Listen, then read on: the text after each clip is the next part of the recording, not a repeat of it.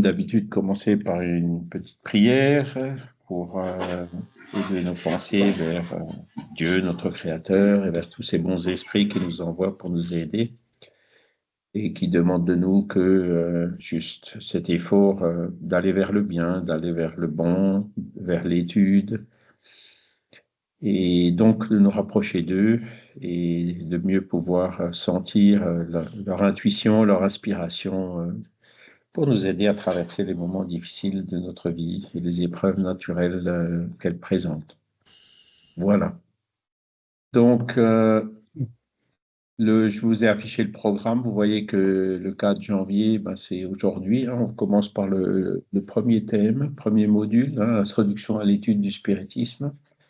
Et donc, aujourd'hui, on va faire un peu d'histoire pour montrer quel était le contexte à l'époque où le spiritisme est apparu.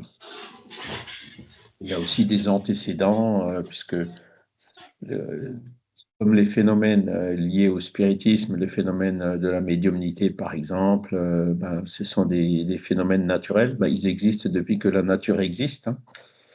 Comme on le dit toujours, le spiritisme n'a rien inventé. Il a juste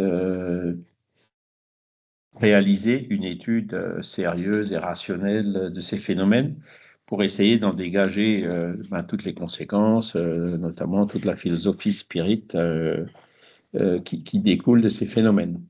Donc, c'est ce qu'on va voir aujourd'hui. Alors, je vais passer au fascicule. Le fascicule, dites-moi si vous ne l'avez pas, je pourrais le renvoyer sur le groupe.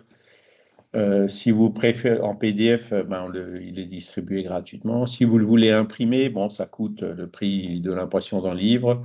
Vous pourrez le trouver sur assocardec.fr. Donc là, vous l'aurez au format papier. Voilà.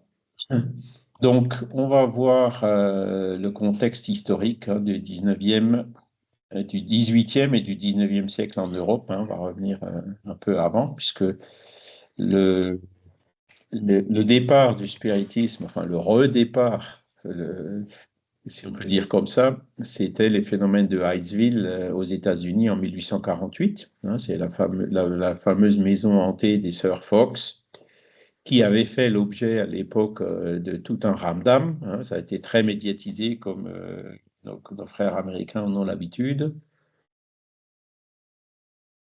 Et donc, ceux qui étaient pour, ceux qui étaient contre, il y a quand même quelques gens sérieux qui sont allés là-bas, qui ont observé, regardé et qui en ont conclu que le phénomène était authentique, qu'il n'y avait pas de triche, pas de mise en scène.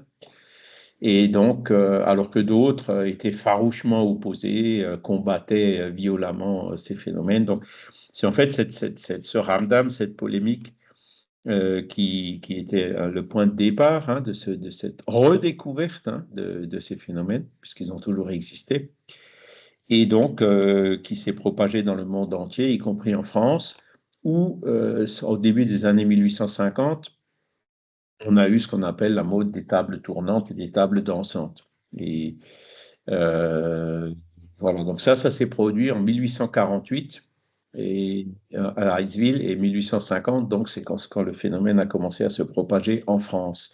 Donc vous voyez, on est au milieu du 19e siècle. Donc on va essayer de comprendre quel était le contexte de l'époque. Le 19e siècle, en fait, c'était on parle aussi du siècle des Lumières, le 18e, le 19e siècle. Voilà, il y a eu beaucoup de réformes. Vous avez la Révolution française, c'est 1789, c'était en gros 60 ans avant 1848. Donc, c'était tout récent. Par comparaison, la Deuxième Guerre mondiale, c'était il y a 80 ans déjà. Donc, on peut voir la proximité de ces événements. Et donc, c'est la Révolution française, il y a eu la Révolution américaine un peu avant, il y a eu d'autres révolutions anglaises dans différents pays pour justement se défaire des régimes de royauté, d'oppression alliés aux religieux qui cherchaient aussi à imposer leurs idées, leurs vues par la force. On est passé à des systèmes un peu différents, quoi. Alors en France, Ça ne s'est pas fait du jour au lendemain, hein, parce qu'entre la Révolution française et la Troisième République, hein, qui était à peu près stable, il s'est quand même passé un siècle, hein, pratiquement. Et donc, entre deux, vous avez eu la Première République, le Premier Empire, quand Napoléon Ier s'est autodéclaré empereur, quoi. Ensuite, il est tombé. Vous avez eu un régime de restauration pendant lequel, je simplifie, hein, je ne suis pas historien, je ne connais pas tous les détails, mais vous avez les descendants du roi qui sont revenus avec moins de pouvoir qu'avant, mais qui ont essayé de remettre ces choses-là en place. Puis vous avez une révolution, la Deuxième République, je crois que de mémoire c'était 1848. Après, vous avez eu le coup d'État de Napoléon III avec le Deuxième Empire, hein, qui a duré jusqu'à la guerre de 1870, quand Napoléon III a lui aussi été éliminé. Et donc, vous avez eu la Troisième République. Et même au début de la Troisième République, bon, il y avait quand même encore de la répression, il y avait... Voilà. Mais bon, la Troisième République, qui a duré quand même quelques décennies, c'est elle qui, pendant cette Troisième République, que sont apparus les systèmes de retraite, les systèmes d'assurance santé, etc. Les choses, les, les- je dirais les bribes de ce qu'on connaît un peu plus aujourd'hui. Alors aujourd'hui, on en est à la Cinquième République, et puis apparemment, elle marche pas très bien. Et là, je vous parle que de la France, hein. On se rend compte qu'aujourd'hui, ben, elle est pas très, ça permet pas d'avancer beaucoup. Il y a beaucoup de difficultés pour mettre, comment dire, les différents membres du Parlement d'accord entre eux sur quel doit être le budget de notre État pour les années à venir. Enfin bref, on voit que bon, c'est quand même beaucoup mieux qu'avant, hein. C'est quand même beaucoup mieux que du temps de Louis XIV ou de Louis XVI, hein. Il y a quand même eu beaucoup de progrès, même s'il reste beaucoup de progrès à faire. Mais donc à l'époque de Kardec, c'est donc 1857 à 1869, ben, on était sous le Deuxième Empire, sous Napoléon III. D'accord? Donc il y avait déjà une certaine liberté d'expression qui était apparue, hein, qui a justement permis à ce que ben, Kardec puisse écrire ce qu'il a écrit sans être inquiété, voire s'il avait écrit la même chose quelques décennies à peine plus tôt, il aurait peut-être été emprisonné, voire même brûlé sur un bûcher, hein. Donc voilà, c'est pour ça que bah, au XVIIIe siècle, nos sociétés n'étaient encore pas mûres pour pouvoir recevoir ce genre d'enseignement. D'accord? Alors le siècle des révolutions, oui, c'est ce qu'on a vu, hein. Parfois victorieuses, parfois écrasées, des guerres civiles, hein. Le point commun, elles ont toutes été dirigées contre l'ordre établi. Parce que quand on réfléchit toutes les révolutions, qu'est-ce qui motive les révolutions? Ce sont des luttes pour gagner plus de liberté, hein. C'est les luttes pour la liberté contre l'autorité, hein, contre les régimes dictatoriaux. Vous voyez qu'aujourd'hui, on a encore des régimes dictatoriaux dans le monde. Il y a même certains pays où, par les choix du peuple, on revient un petit peu vers des régimes qui risquent de redevenir dictatoriaux, hein. Les dictatures en Europe, ben, actuellement, je suis au Portugal, ben, c'est jusqu'en 1974, hein. Ça fait pas si longtemps que ça que la dictature s'est arrêtée de Salazar, hein, s'est arrêtée au Portugal.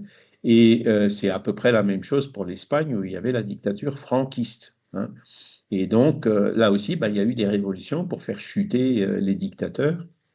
Malgré tout ça, on voit qu'aujourd'hui, ben, il y a encore des systèmes de dictature. Et le plus dur, c'est de voir que ben, les dictateurs modernes savent très bien comment faire pour se maintenir au pouvoir, hein, par, je dirais, une protection rapprochée qui est surpayée, hein, qu'on assure, dont on assure la fidélité, et aussi par les manipulations. Alors attendez,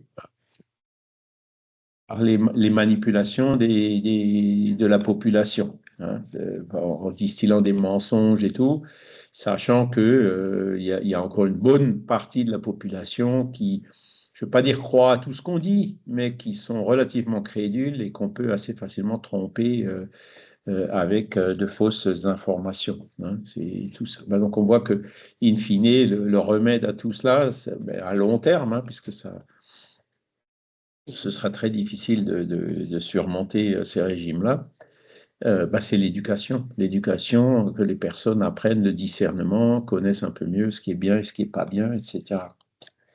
Pour nous, nos ancêtres, ou peut-être nous-mêmes, hein, si on était incarnés à cette époque-là, on a fait le boulot il y a maintenant ben, plus de 200 ans hein, pour la Révolution. On n'en est pas, on est loin d'être dans un système parfait, mais on a quand même bien progressé entre temps. Voilà. Et on bénéficie quand même d'une liberté assez forte, même si aujourd'hui, hein, on peut voir que je vous cite des exemples des actualités. Hein. Il y a une loi qui sera examinée au Parlement en janvier pour interdire les réseaux sociaux au moins de 15 ans ou au moins de 16 ans, je ne sais plus. Enfin, c'est peut-être la loi qui le déterminera. Donc ça peut être perçu, et les partisans de la liberté à outrance crient haut et fort que c'est de la censure ou des choses comme ça, mais ça peut aussi être perçu dans le sens de que les enfants et les jeunes n'ont pas encore n'ont pas encore la maturité pour discerner eux-mêmes et peuvent être victimes de ces choses-là. Donc, ça peut être vu comme protéger des enfants ou des jeunes qui n'ont pas encore le discernement nécessaire. Donc, ce sont un peu ces deux écoles qui s'affrontent. Hein. Voilà, ben, c'est à chacun de voir et de penser. D'émettre ses opinions et de voter en conséquence, évidemment, par rapport à quel est le meilleur système. Hein. Sachant que la liberté à outrance, il y a quelqu'un qui avait fait une caricature l'autre jour que j'ai trouvé assez expressive. Il dit la liberté à outrance, c'est le renard libre dans un poulailler libre. Et là, on sait très bien ce que ça donne, et c'est quelque chose qui nous montre ben, qu'il faut quand même réguler un peu parce que on a eu d'ailleurs une conférence il n'y a pas si longtemps, c'était il y a 3 ou 4 mois, dans le projet SOS Famille, hein, un Brésilien qui est spécialisé dans ce domaine-là, qui dans sa conférence, a expliqué quelles sont les règles du jeu des réseaux sociaux. Et c'est vraiment impressionnant parce que dans les directions de stratégie de ces, euh, comment dire, comment on dit ça déjà? Je ne me souviens plus. Enfin bref, les grands réseaux sociaux, genre Facebook, YouTube, etc., TikTok même, chez les Chinois, il y a des neuroscientifiques, des gens qui savent très bien, qui connaissent très bien la chimie du cerveau, comment chimiquement se créer une dépendance à l'intérieur du cerveau, surtout les cerveaux fragiles de jeunes. Et donc, ils définissent toute leur stratégie en fonction de ça, hein, pour faire passer de la publicité, etc. Donc, on n'est pas loin du renard libre, là, quand même, hein, parce que eux, c'est pour faire de l'argent qu'ils font ça. Hein, et donc, ils n'hésitent pas à manipuler, voire même à perturber mentalement des populations entières pour gagner de l'argent. Ça peut être vu comme ça, sous le pire angle. Hein. Donc, voilà. Nous-mêmes, en tant que parents, on ne laisse pas nos enfants libres. Hein. Quand on traverse la rue, quand ils sont petits, pour les emmener à l'école, on les encadre, on les prend par la main, parce on sait qu'ils n'ont pas encore l'attention nécessaire pour voir s'il y a un danger ou pas, une voiture qui vient ou pas. Hein. Même si les enfants sont de plus en plus précoces, on fait quand même tout ce qu'il faut pour restreindre un peu leur liberté, puisqu'il s'agit de ça quand on les tient par la main. Hein. Mais c'est dans le but essentiel d'assurer leur sécurité. Hein. Donc c'est le juste milieu qu'il faut trouver ici. Et donc les révolutions, ben, c'était un peu pareil, quoi. C'est la lutte. Léon Denis le dit bien. La majorité des guerres, c'est la liberté contre l'autorité. Hein. Voilà. Au 19e siècle. Donc c'est là où, alors là, vous voyez chaque fois l'auteur spirituel, en l'occurrence, là c'est l'Esprit Emmanuel, le livre qui s'appelle Vers la lumière. Je ne sais pas si vous connaissez ce livre, il est assez intéressant. Donc il explique bien l'histoire du 18e et du 19e siècle, mais il remonte bien au-delà. Hein. Il va avant le judaïsme, avant le christianisme, donc pour montrer comment les différentes étapes se sont mises en place et comment petit à petit se sont formées nos pensées contemporaines, hein. Notamment le passage du polythéisme au monothéisme et bien d'autres raisons, bien d'autres éléments de cette évolution.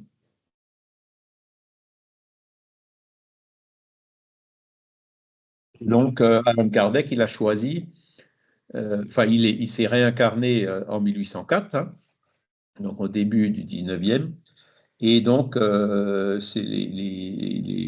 les livres qu'il a écrits sur le spiritisme ont été écrits entre 1857 pour la première édition du Livre des Esprits et 1869 hein, pour les dernières révisions de la Genèse et du ciel et l'enfer. Oui, Franck. Oui, au sujet d'Alan Kardec et du livre Vers la lumière, il y a d'ailleurs, alors, corrigez-moi si je dis une bêtise, mais je pense que c'est dans ce livre où il y a un passage qui est assez étonnant, où il est dit qu'en fait l'incarnation d'Alan Kardec était programmée justement par rapport à puisqu'il est né peu après le sacre de Napoléon Ier. C'est ça. Donc il y a eu, Non, voilà, peu il y a eu avant. l'époque, ouais, il y a eu l'époque napoléonienne et toutes les grandes guerres, et qu'en fait, voilà, il y a on peut mettre en relation son incarnation avec alors, la fin de l'époque napoléonienne, justement, par la suite, bien évidemment. Oui, oui, effectivement, il est né en octobre en 1804 et si je ne me trompe pas, hein, corrigez-moi si je me trompe, je crois que le sacre de Napoléon Ier, c'était en décembre 1804, hein, donc c'est 2 mois d'écart. Bon, il faut le voir avec un peu, bon, après, c'est pas ces 2 mois qui est l'important, il faut le voir avec un peu plus de recul. Euh, Toutes ces choses-là, si vous voulez, sont programmées et c'est ça qu'on voit dans ce livre Vers la lumière. Parce que la Terre, bon, ben, il y avait l'homme préhistorique, hein, mais il y avait toujours eu des esprits autour de la Terre, des espèces d'esprits qui organisent ou qui gouvernent, si on peut dire comme ça, l'évolution de notre planète et qui organisent justement ces grands événements, ces grands changements, hein. Alors, ça remonte très loin, hein. Je vous parle de l'homme préhistorique. Il y a un épisode assez intéressant. Euh, Quand vous lisez le livre de Yuval Harari, une brève histoire du temps ou du monde, je me souviens plus exactement du titre. En gros, le livre, il dit qu'il y a 70 000 ans, il y a eu ce qu'il appelle une révolution cognitive et qu'il n'arrive pas à expliquer, hein. Donc, par ses recherches d'anthropologie et d'archéologie, ils se sont rendus compte que ben, entre 200 000 ans en arrière et 70 000 ans en arrière, vous aviez ben, Néandertal et beaucoup de Néandertal et un peu de Cro-Magnon, hein, dans l'espèce humaine. Et il le voit, bon, parce que dans les migrations qu'il y a eu de l'homme préhistorique, il y a eu beaucoup de passages justement par le Moyen-Orient, par Israël en gros, quoi.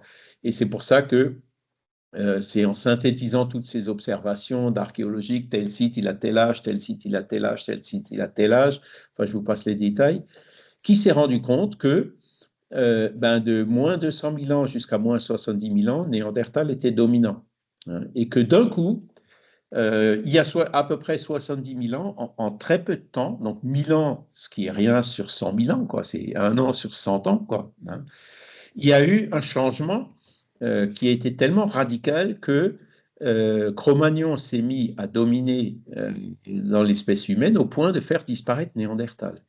Même si, par les croisements qu'il y a eu dans nos gènes à nous, hein, aujourd'hui, il y a quand même encore, je ne sais plus, 5-10% ou peut-être un peu plus de gènes qui proviennent de Néandertal, hein. Donc, c'est de par les croisements qu'il y a eu avant. Et donc là, ils se rendent compte que c'est justement à cette époque, il l'explique bien dans son livre, que Cro-Magnon, il y a eu cette révolution cognitive, c'est-à-dire qu'ils ont commencé à se rassembler autour de cultes, autour d'un idéal religieux, ou qu'ils ont commencé aussi à apporter, à avoir des outils, voire même des armes et des choses comme ça.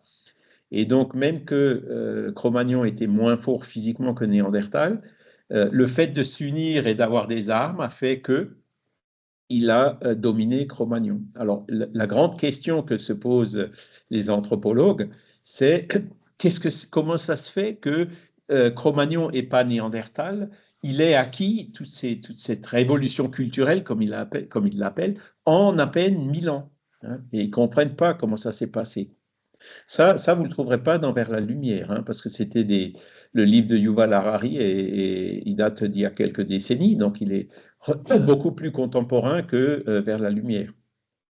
Mais nous, Spirit, on peut l'expliquer, hein, puisque, enfin, avec la philosophie Spirit, on sait que on se réincarne dans un monde qui correspond à notre évolution et qu'il peut y avoir des transmigrations, c'est-à-dire on se réincarne sur la Terre, mais on peut très bien se réincarner sur d'autres planètes plus évoluées ou moins évoluées que la Terre.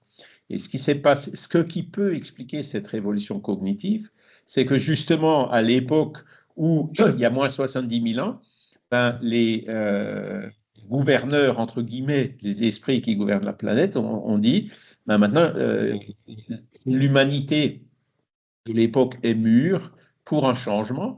Et donc, ils ont fait venir des esprits qui sont venus d'une planète un peu plus évoluée, hein, que la Terre, se réincarner sur la Terre. Ils ont choisi, alors pourquoi, ça c'est encore une autre question, c'est pas, ils avaient certainement de bonnes raisons de le faire, parce qu'ils ont choisi le corps de Cro-Magnon pour que ces esprits puissent se réincarner, parce que ce corps de Cro-Magnon présentait les meilleures dispositions justement pour l'expression de cette intelligence de ces esprits qui sont venus d'une planète plus évoluée. Donc, vous voyez, là, on a une explication.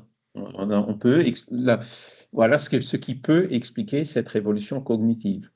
Alors, il y en a eu une deuxième, et celle-là, c'est Kardec qui en parle, mais c'est aussi Chico Xavier dans Vers la lumière, c'est ce qu'on appelle la race adamique.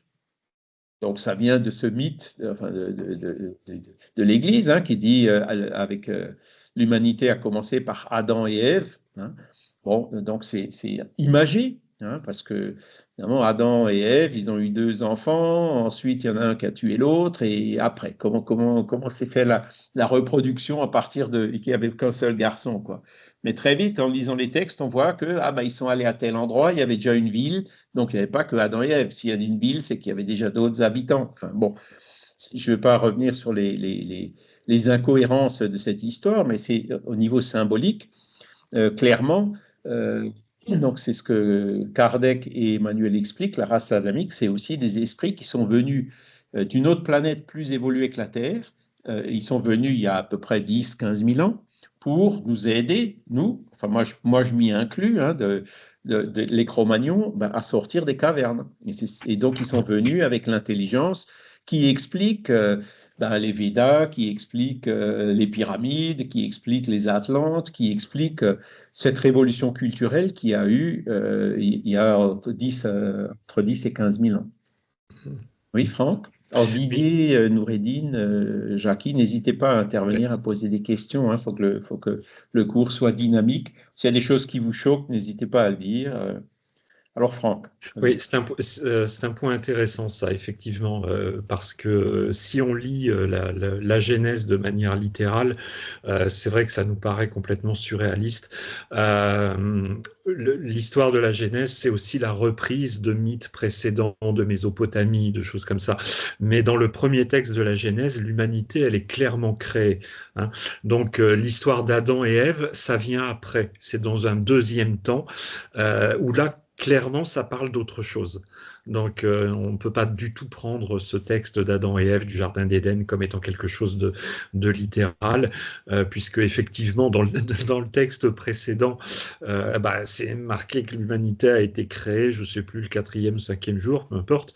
Donc là, on a deux textes qui se contredisent, et en fait, le principe d'interprétation, c'est que lorsqu'il y a contradiction, c'est qu'on parle de deux choses différentes. Mais effectivement, Adam, Adama, ça vient de la terre. Hein, on retrouve toute cette voilà d'une humanité qui, en fait, c'est la partie physique de l'être humain, quoi. Donc, C'est ça, ouais.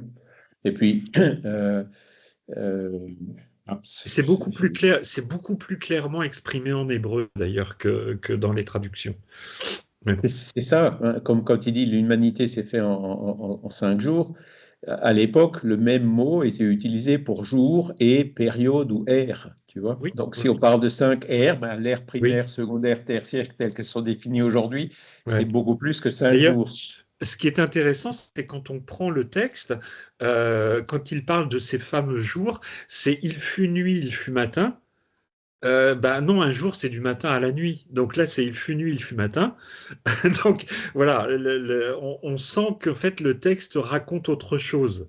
Donc il y a plein de symbolisme, tout ça. Mais bon. Le texte, il est, bon, peut-être plus logique, hein, celui que tu mentionnes, mais il reste tout à fait cohérent Oui. avec ce que les esprits nous expliquent, hein. C'est qu'à un Mhm. moment donné, bon, ben, alors Emmanuel, il rentre dans le détail, hein. Il dit que ces esprits sont venus d'une planète de la constellation de Capella, hein.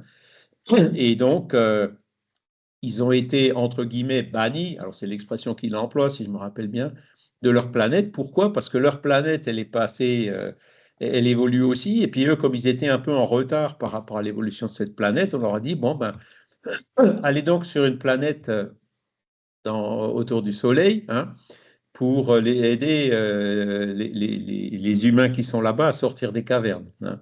Et donc, ils sont venus, et ça, on le voit aussi, c'est l'histoire du paradis perdu, hein. C'est encore un autre symbole.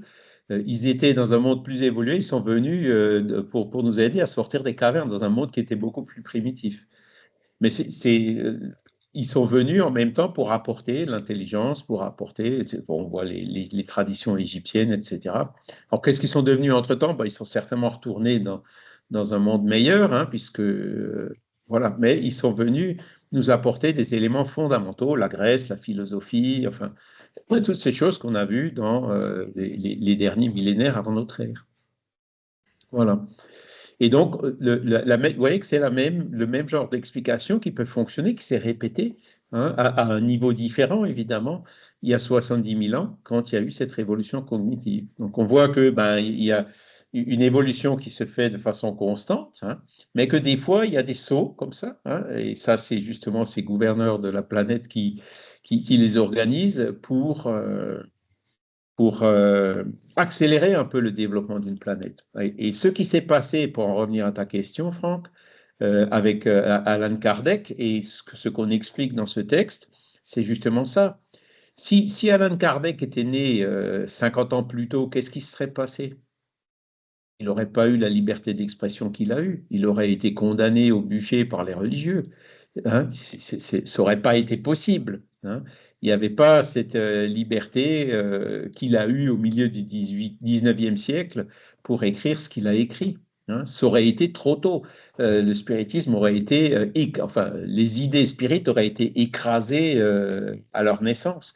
Et c'est pour ça que ben, ces phénomènes de Heisville, ouais, c'est même une coordination intercontinentale, hein, par ces gouverneurs qui se sont répercutés, etc. Donc, ces phénomènes qui ont toujours existé, mais auxquels on n'a jamais vraiment porté attention, mais dont on trouve énormément de récits dans tous les textes religieux ou pas, d'ailleurs, au long des siècles, hein. Même dans l'Antiquité, hein, on trouve des récits de maisons hantées, de tables qui bougent. En fait, il n'y a rien de nouveau, quoi. Ce qui était nouveau, c'est leur multiplication soudaine, hein, qui a commencé donc en 1848, et le fait qu'il y ait des personnes qui aient suffisamment d'intelligence et aussi suffisamment de liberté d'expression pour analyser mieux ces phénomènes et puis écrire ce qui en découle, hein. Et c'est ça exactement qui s'est passé en 1858, et c'est pour ça que effectivement Kardec s'est réincarné. Alors, il s'est réincarné au début du 19e siècle. Alors, certains disent, et puis Kardec était pas loin de l'admettre aussi, ça lui a été révélé plusieurs fois, on le sait maintenant en examinant les lettres, les originaux qui sont apparus, qu'avant cette incarnation, il a été Jean Hus. Mm. Et Jean Hus, c'est un des précurseurs de la Réforme, hein. Il est venu en gros un petit siècle avant Luther et Calvin, hein, donc, et il a été brûlé sur un bûcher à Constance en 1515, si je me rappelle bien, hein. C'était un des premiers à dénoncer les abus, les déviances de l'Église par rapport au texte de base, hein. C'était un des précurseurs de la réforme. Et selon certains, ça aurait été une vie antérieure d'Alan Kardec. Voilà. Ça peut. Alors, ce genre de choses, on n'a jamais de preuves. Kardec s'est bien gardé de le divulguer de son vivant, hein. Ça aurait pu être prétentieux de sa part, etc. Donc, il n'est pas rentré dans ce terrain-là. Bon, maintenant, voilà, on a des éléments qui montrent ça. On se dit, bah, effectivement, ça fait sens, hein. C'est quand même des missions et des caractères assez similaires entre Jean Hus et Kardec. Donc, on peut dire, c'est probable. Voilà, c'est pas sûr, c'est jamais sûr, mais c'est probable. Et donc, en fait, on voit que c'est une espèce de mission qui se répète, quoi, hein. Du coup, il y a que ces livres qui ont été brûlés. Alors, c'est l'autodafé, là, tu veux Ouais, dire? ouais. Ouais, bah, c'est le Ah, il était... dernier autodafé qu'il y a eu ouais, dans l'histoire. Je me sens bien que c'est le dernier, ouais. à Barcelone en 1862 ou 61, ouais, Ah, 62. ouais, c'était dans ces années-là. Ouais. Mais il était Ils lui-même ont, suicide. l'évêque de Barcelone a ordonné, hein, de brûler les livres d'Allan Kardec en place publique. Et c'était une caisse de livres qu'il avait envoyée à son ami Lachâtre, hein, qui était libraire exilé à Barcelone parce qu'il était persona non grata de Napoléon III, hein.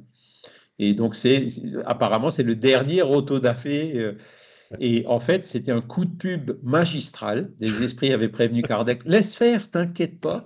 Parce que par après, il n'y a jamais eu autant de spirit et il n'a jamais vendu autant de livres en Espagne, hein, grâce à ce coup de pub de l'évêque de Barcelone. Voilà. Hein, c'est pour dire que, voilà, plutôt, il ne serait pas été prêt. Et plus tard, hein, on peut se dire pourquoi il n'est pas venu un peu plus tard. Ben, parce que, en fait, ce qui s'est passé à la Révolution, vous aviez dans la philosophie, par exemple, deux courants. Et un courant de la philosophie, il était clairement spiritualiste, hein. La philosophie admettait qu'on avait une âme indépendante du corps, et notamment que cette âme, la volonté, enfin, il y a certains attributs de l'être humain qui ne peuvent pas résider dans le corps, mais qui résident dans l'âme. Et donc, cette philosophie de Maine de Biran, hein, qui était un philosophe français qui est très peu connu d'ailleurs aujourd'hui, puisque aujourd'hui la philosophie, elle a plutôt une tendance matérialiste, hein. Dès qu'on parle d'âme ou des choses comme ça, voilà. Enfin, on a un ami qui fait un doctorat en philosophie, et quand il pose la question, est-ce que vous connaissez Maine de Biran? Ah oui, j'en ai entendu parler, mais il y a pratiquement dans aucune université d'enseignement de philosophie très très peu de travaux qui se font sur cette philosophie qu'on appelle d'ailleurs le spiritualisme rationnel, ou à l'étranger on l'appelle le spiritualisme français, qui a été établi par Maine de Biran au début du XVIIIe siècle, du XIXe siècle, pardon. Et donc, ça veut dire quoi? Parce que cette philosophie, elle était enseignée dans les collèges, enfin dans les lycées et dans les universités. Ça veut dire que les contemporains de Kardec, les collègues qu'il a eus dans la Société parisienne des études spirites, étaient imprégnés de cette philosophie spiritualiste. Oui, l'âme existe. Mais de Biran, il était arrivé à cette existence de l'âme par l'introspection, en s'analysant lui-même, hein. Et en fait, qu'est-ce que le spiritisme est venu faire? Il a dit, ben oui, on a une âme, et en plus, cette âme survit après la mort, et les âmes des défunts peuvent se communiquer avec les âmes des vivants. Donc, il est venu apporter une base factuelle qui renforçait justement cette philosophie. Et comme, je dirais, la majorité des spirites de l'époque étaient imprégnés de cette philosophie, ben, ils ont accepté d'autant plus facilement ces raisonnements de base, à la base de la philosophie spirit, qu'ils y étaient déjà préparés. Voyez. Alors il y a plein de choses comme ça quand on rentre vraiment dans les détails où on voit que c'était vraiment le bon moment. Parce que s'il avait attendu plus tard, hein, ces philosophies, bon, alors c'est allé jusqu'à Bergson quand même, hein, jusqu'au XXe siècle, mais il y a d'autres philosophies qui sont montées, comme les philosophes allemands, euh, Paul Schott, enfin tous ceux qui sont vraiment matérialistes purs et durs, et aussi le scientisme, hein, tout est, la science explique tout, le positivisme d'Auguste Comte, hein, qui sont venus apporter plutôt une tendance matérialiste, qui est celle qui est dominante, du moins dans les élites, dans les universités, dans les milieux universitaires, encore aujourd'hui. Hein. Vous avez plein de, de disciplines, hein, notamment la philosophie, la psychologie, psycho, âme, logie, étude. Psychologie, normalement, c'est l'étude de l'âme. Hein. Eh ben, l'âme, en fait, c'est une sécrétion du cerveau pour la psychologie. Hein. C'est pas du tout quelque chose d'indépendant, quoi. Hein. Donc, il y a déjà un blocage au départ de ne considérer la psychologie que sous un aspect purement matériel. Alors, les choses sont tout doucement en train de changer. Hein, vous avez de plus en plus d'articles, par exemple médecine et spiritualité, les effets des croyances sur la guérison de maladies graves. Enfin bref, il y a des milliers et des milliers d'études qui sont publiées aujourd'hui qui poussent justement à changer un peu de paradigme, mais on n'y est pas encore. Par contre, au niveau de la population, donc si on regarde il y a des statistiques européennes, hein, l'Observatoire des Européens, alors là aussi je pourrais vous donner le site, qui montre que, est-ce que vous croyez à la continuation de la vie après la mort? En moyenne, il y a plus de 50% des Européens qui y croient. Et vous avez certains pays où c'est plutôt 80%, et certains autres pays où c'est un peu moins que 50, c'est plutôt genre 30-40, quoi. Mais au niveau de la population, alors après, là-dedans, vous avez évidemment tous les religieux, quoi, hein, qui pensent à l'enfer, le paradis. Enfin, ils croient que la vie continue d'une forme ou d'une autre après la mort. Donc, en d'autres termes, ils sont spiritualistes, ils ne sont pas matérialistes. Mais par contre, donc, dans les milieux universitaires et intellectuels, ça bloque un peu. En ce moment, je suis en train d'étudier un peu la parapsychologie. Et la parapsychologie est un peu entre deux, quoi, hein. La parapsychologie cherche à étudier le psy, comme ils disent, PSI, hein, à différencier du psychologue ou psychiatre, PSY. Hein, donc, c'est tous ces phénomènes paranormaux. Et les parapsychologues, en gros, ils disent ces phénomènes psy méritent l'étude parce qu'il y a beaucoup d'indications qui disent qu'ils sont authentiques, etc. Mais de là à dire que nous avons une âme qui est indépendante du corps physique, hein, qui s'associe à un corps physique pendant la vie, mais qui survit après la mort, ils n'en sont pas encore là. Et malgré ça, hein, bien qu'ils prennent ces précautions de ne pas avancer trop et trop vite, comme l'avait fait Kardec, ils souffrent, hein, ils se plaignent souvent que quand ils veulent publier des articles dans les fameuses revues scientifiques, ben, ils sont sabotés, ils sont bloqués, qu'il y a des intérêts matériels enfin bref, ils souffrent beaucoup plus de l'opposition de leurs collègues scientifiques ou universitaires que nous les spirites. Hein, nous les spirites, pourquoi c'est quoi la différence entre un spirit et un parapsychologue? C'est que bon, les deux semblent convaincus de l'authenticité, enfin, les parapsychologues semblent convaincus de l'authenticité des phénomènes, hein, mais le spirit, lui, il va un peu plus loin. Il dit, effectivement, ces phénomènes ne peuvent s'expliquer que par l'existence d'une âme qui est indépendante du corps, qui survit à la mort du corps, qui se réincarne, et ils en tirent toutes les conséquences d'un point de vue philosophique et aussi éthique et moral. Hein. Alors que le parapsychologue, lui, pour l'instant, il s'arrête au phénomène. Les métapsychistes, c'est la même chose. Hein.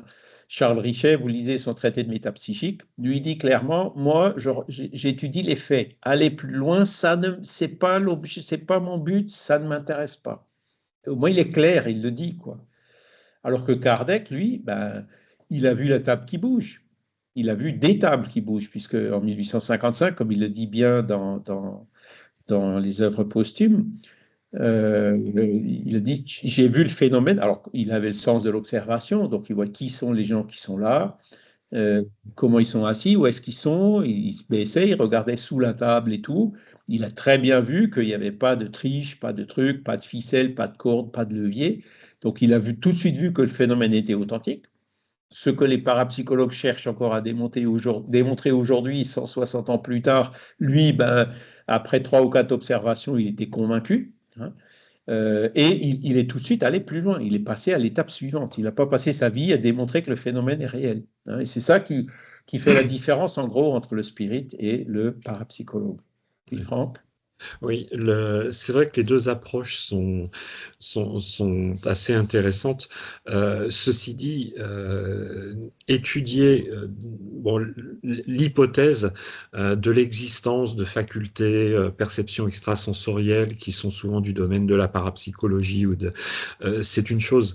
L'autre approche, c'est finalement d'essayer de trouver une lecture, d'avoir une lecture cohérente lorsque les phénomènes pour le coup, je vais utiliser spirit, les phénomènes spirit, manifestation de l'au-delà, s'imposent. C'est d'ailleurs un des titres d'un livre de Jean Prieur, je crois, où là, c'est très embêtant parce que ça ne vient pas de la personne. Là, il y a des manifestations spirites oui, qui s'imposent directement. Camille Flammarion en a très très bien parlé d'ailleurs dans sa Et trilogie. Voilà, voilà, ça vous prend à rebours, vous vous y attendez absolument pas, et boum, il y a un phénomène d'apparition, de choses comme ça, ou de communication. La personne ne s'y attend pas. Là, c'est compliqué finalement de continuer finalement à essayer de comprendre ce que veulent nous expliquer les parapsychologues, parce que on est face à un phénomène qui nous dépasse complètement. c'est ça, c'est-à-dire, parce que la science aujourd'hui, encore une fois, elle est matérialiste. La science n'étudie que ce qui est matériel. Et ce qu'on appelle matériel, matière, ça va du tableau de Mendeleïev, bien connu des chimistes, jusqu'au tableau des particules, hein, bien connu des physiciens. Euh, et donc, avec tous les effets qui sont associés, donc la loi de gravitation, l'électromagnétisme, l'optique, hein, les photons, voilà, ça c'est tout ce qui est matériel, hein. Un photon, même avec une masse nulle, il est matériel, hein. Il ne peut pas se déplacer plus vite que 300 000 km par seconde. Donc, ça c'est la matière. Et ces phénomènes-là, effectivement, montrent des choses qui contredisent ces phénomènes matériels. Et d'ailleurs, dans la mécanique quantique, vous avez certains phénomènes qui sont considérés comme des anomalies par rapport à... On n'a toujours pas réussi à réconcilier d'ailleurs la physique relativiste avec la mécanique quantique, hein. Et aujourd'hui, vous avez beaucoup d'expériences, notamment celles qui ont été faites par Alain Aspect. Il me semble qu'il a eu le prix Nobel, hein, pour ça. Vous avez deux électrons qui sont formés, enfin deux particules qui sont formées au même moment, hein, et qui s'éloignent l'une de l'autre. Donc on sait qu'en mécanique quantique, on ne sait pas quel est l'état de la particule tant qu'on ne l'a pas observé. Et quand on observe simultanément les deux particules, on se rend compte que celle-là, elle est dans le même état que l'autre, c'est-à-dire comme si elles se communiquaient à une vitesse qui est supérieure à la vitesse de la lumière, compte tenu de l'intervalle de temps entre les observations et la distance qui sépare les particules. Donc, il y a une information qui circule entre les deux particules à une vitesse supérieure à la vitesse de la lumière. Or, aujourd'hui, vous savez que les ondes électromagnétiques, c'est en quelque sorte des photons, hein. La propagation des ondes, c'est 300 000 km par seconde. Donc, par exemple, si vous avez une communication qui passe par un satellite, ben, il fait 36 000 km vers le haut, ensuite 36 000 km vers le bas, ça fait 72 000 km, ça fait déjà un quart de seconde, vous voyez, enfin, à peu près. Alors que là, l'information, elle circule de façon instantanée. Donc, il y a bien un support quelque part qui dévie et qui contrarie la mécanique classique, hein. Et donc, c'est ça. Là, on commence à avoir ce qu'on appelle des anomalies dans ce paradigme matérialiste qui est encore en vigueur aujourd'hui. Et c'est pour ça que il y a de plus en plus de pression, hein, pour dire il faut s'ouvrir à un paradigme plus large, hein, c'est-à-dire que le matérialisme, le fait qu'il n'existe pas autre chose que ce qu'on peut observer que la matière proprement dite, est petit à petit en train de s'affaiblir. Donc, nous, ce qu'on espère, c'est que cette révolution, hein, au sens d'épistémologie, comme on peut le voir dans le livre de Thomas Kuhn, hein, sur les révolutions scientifiques, que la prochaine révolution, ce soit justement de passer du paradigme matérialiste à un paradigme spiritualiste. Ça peut encore mettre du temps, mais on tend clairement vers cela, parce qu'il y a de plus en plus de phénomènes qu'on ne peut pas expliquer autrement. Et comme tu le disais, Franck, des informations qui viennent par une table ou par un médium, des choses qui sont absolument inconnues de ces personnes. Alors, il y a toujours des interprétations qui peuvent être données. Oui, mais parce qu'il y a comme une espèce de cloud, un gros nuage au-dessus de notre tête, où toutes ces informations restent stockées et auxquelles certains médiums ou je ne sais qui pourraient de temps en temps avoir accès. C'est une belle théorie aussi. Si elle est vraie, ce serait aussi intéressante à étudier, quoi. Mais la théorie spirit qui consiste à dire que c'est l'âme du défunt qui vient se communiquer, elle est beaucoup plus simple. Hein, c'est le principe de parcimonie. Mais il faut vaincre cette barrière, ce mur, hein, du matérialisme. Et dès qu'on ouvre notre esprit à une idée spiritualiste et qu'on cherche à réfléchir sur cette base de façon rationnelle, on arrive à avancer, à trouver des explications simples et qui permettent de répondre à tous les phénomènes dans leur ensemble. Alors que souvent, une explication matérialiste permet d'expliquer un phénomène, une autre permet d'expliquer un autre phénomène, mais celle-ci ne permet pas, il n'y a pas d'explication qui permet d'expliquer tous les phénomènes. Alors que l'hypothèse spiritualiste, elle, elle est beaucoup plus souple que ça. Hein, elle peut permettre d'expliquer beaucoup plus de choses. Didier. Oui, bonjour. Donc voilà, moi je suis physicien de base. Donc Oui, quand on parle d'Alain Spey et tout ça, ça me parle. Donc en fait, réellement, ce qu'Alain Spey a montré, c'est plutôt la non-localité de notre univers à bas niveau. C'est-à-dire que c'est comme si l'espace tel que nous le connaissons n'existe pas. C'est pas qu'il y a c'est vraiment ça. de communication. C'est comme si les particules ne se trouvent pas dans l'espace. Donc voilà, la notion même de communication n'a plus de sens. Il n'y a plus vraiment d'espace. C'est ce qu'on appelle la non-localité. C'est ça. Et alors, Mhm. plus généralement, oui, alors, je fais une micro-parenthèse, je lis quand même pas mal de bouquins. Faites très attention à ce qu'on dit sur la mécanique quantique, même si là, ce que vous avez dit, il n'y avait pas de problème. Hein. Mais on raconte aussi beaucoup de bêtises sur la mécanique quantique, donc je ferme la Très bien. parenthèse. Mais je pense que un des gros problèmes que la science dure, donc là-dedans, je mets, bon, c'est la physique qui est l'exemple caractéristique des sciences dites dures, c'est qu'en fait, elles se veulent objectives et non subjectives. Objective, ça veut dire que c'est l'objet qui est observé, on va dire, et lui tout seul, sans rien autour. Voilà. Normalement, l'observateur doit être en dehors de l'étude en tant que telle. Il est juste observateur. Même si, de nouveau, en mécanique quantique, les choses sont un peu plus compliquées, mais tout de C'est même, ça. c'est l'idée. Et le problème, avec des guillemets, est-ce que ce n'est pas un problème en soi, c'est que dans le spiritisme ou dans ce genre de phénomène dont on a parlé avant, il y a toujours des sujets qu'on va appeler esprits. Et ces esprits-là ne vont pas se soumettre à l'expérience telle que le physicien le voudrait. Et donc, voilà, je pense que c'est ça le problème fondamental. La science dure, la physique, n'est simplement pas armée, n'a pas les outils pour étudier ces phénomènes. Et je pense qu'il faut aller beaucoup plus vers les sciences molles comme la psychologie, la sociologie, voilà, qui d'ailleurs ne remplissent pas les critères de la science dure. Hein.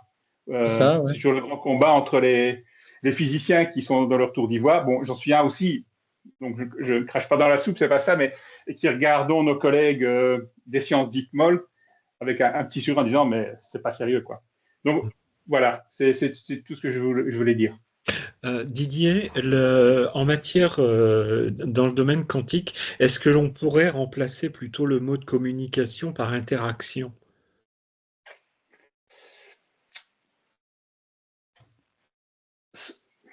Il n'y a, pas vraiment d'interaction. Mhm. Les deux, donc dans l'expérience d'Alain Spey, c'était deux photons. Et on regardait la polarisation. C'est comme si ces deux photons, en fait, ne formaient qu'une seule entité, n'étaient pas séparés. Donc c'est ça que je dis que l'espace n'existe pas, que c'est la non-localité. Les choses ne sont pas localisées à leur niveau. Hein. Chez nous, à notre niveau macroscopique, oui. Mais donc, il n'y a pas besoin de communiquer. Ces deux photons ne forment qu'une seule chose. Voilà. Mais le problème de la mécanique quantique, c'est qu'on peut décrire notre univers. Enfin, au moment où on commence l'expérience, on peut faire une mesure qu'on va pouvoir interpréter, mais ce qui se passe entre les deux, donc ça c'est la règle de la mécanique quantique, les équations de Schrödinger, etc., ne peut pas être interprété dans notre univers à nous. C'est comme s'il y avait Deux ordres c'est juste un différents. modèle mathématique, quoi. Oui, c'est ça. D'accord. Ce que la mécanique quantique laisse quand même entendre, et ça, je pense qu'on peut le dire sans travestir la mécanique quantique, c'est que l'univers à très bas niveau est très différent de notre univers macroscopique. Voilà. De là à en déduire toutes les conséquences que je lis dans beaucoup trop de livres de gens qui n'ont jamais fait la moindre mécanique quantique, voyons, restons très prudents. Mais c'est vrai que la mécanique quantique nous montre que l'univers microscopique vraiment des particules élémentaires, hein, je parle. Cet univers-là ne peut pas être décrit avec notre univers à nous, et donc la réalité intime de l'univers n'est pas celle que l'on vit tous les jours. Voilà. Ce qui laisse éventuellement la porte ouverte à se dire, mais vous voyez, notre bon sens, quelque part, nous sommes victimes de notre bon sens, puisque des choses qui disent, bah oui, mais ça doit se passer comme ça, c'est évident.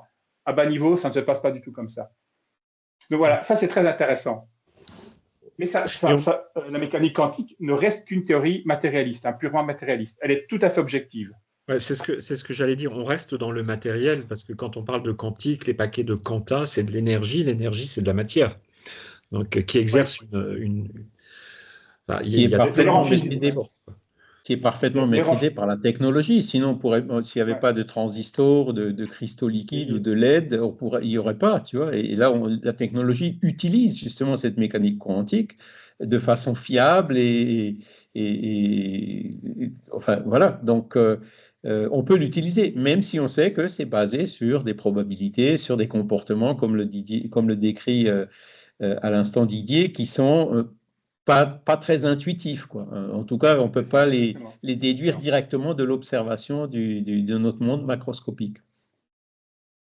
Moi, il y a une expérience que j'aime bien, c'est l'expérience des fentes de Young, hein. Donc, ils font passer des électrons, ou un électron, ils font passer un électron par les fentes de Young, il y a des raies derrière. Ça veut dire quoi? Ça veut dire que un électron, il passe par les deux fentes en même temps.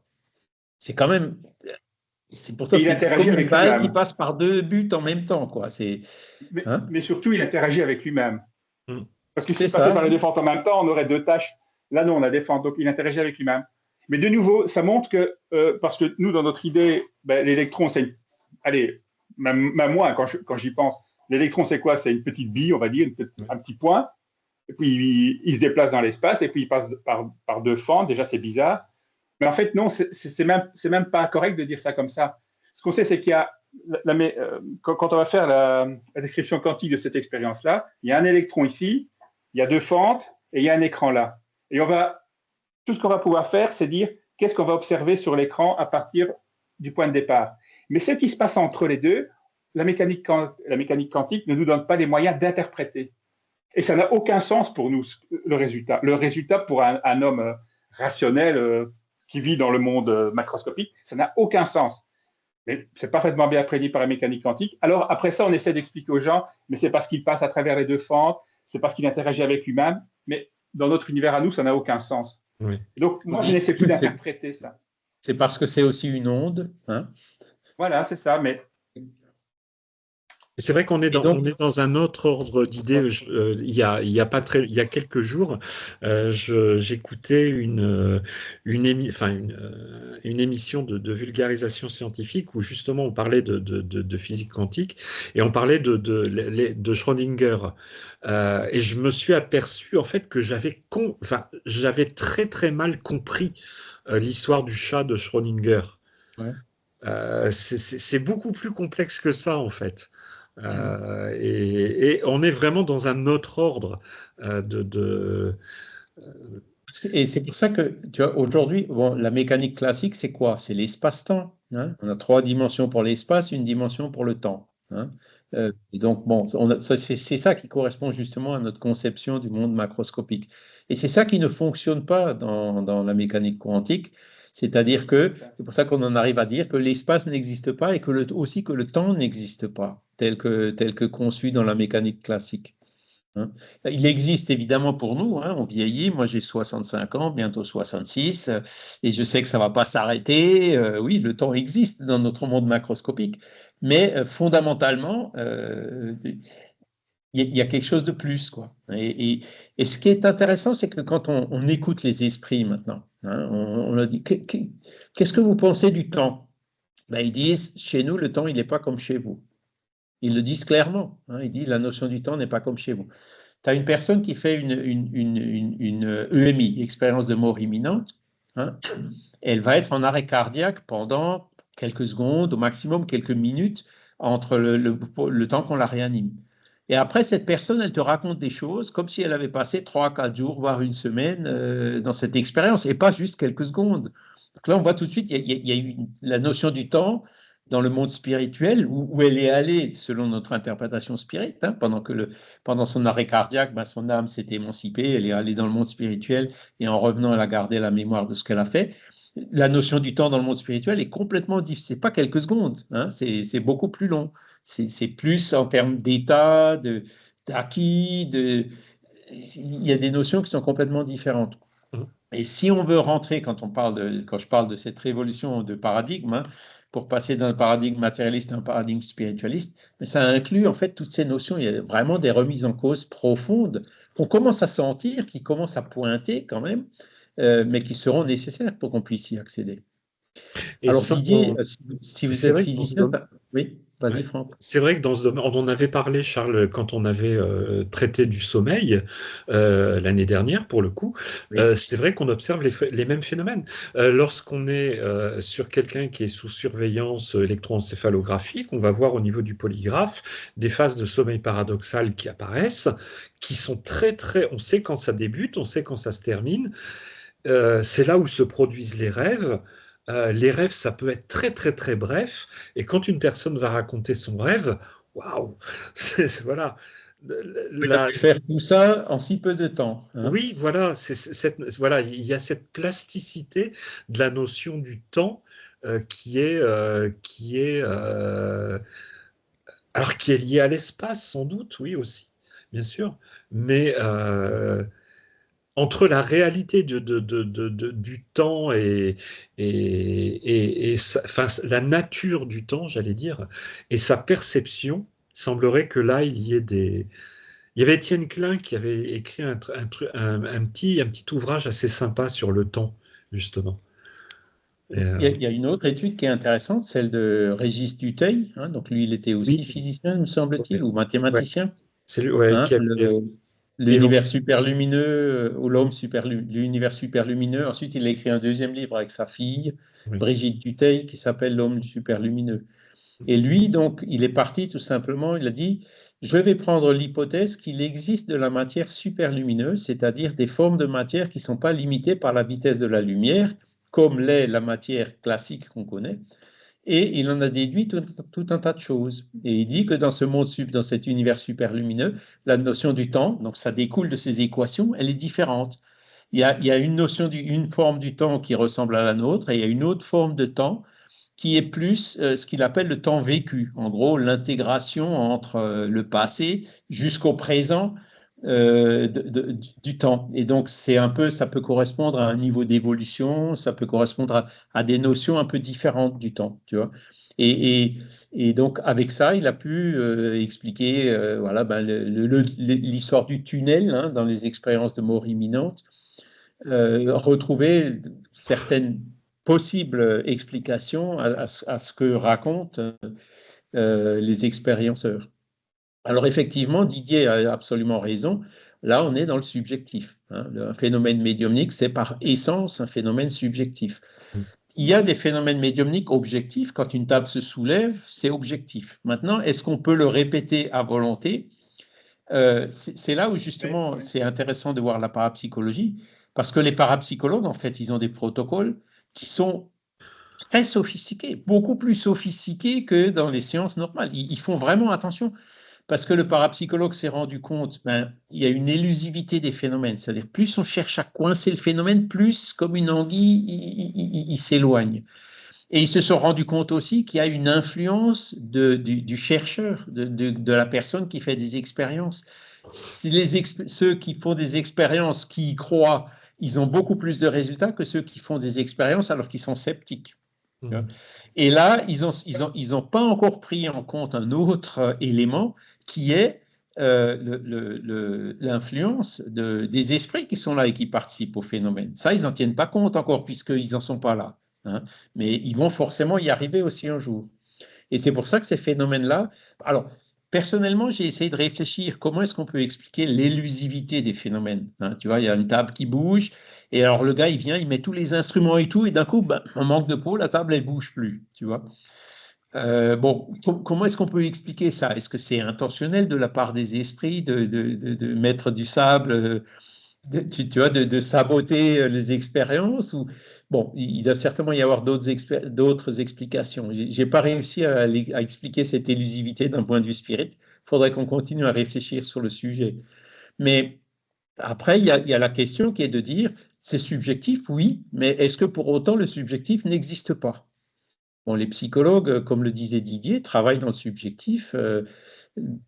Ceux qui étudient le comportement animal aussi, voilà. Et puis, il y a la différence aussi, comme le disait Flammarion, entre une science d'observation et une science d'expérimentation.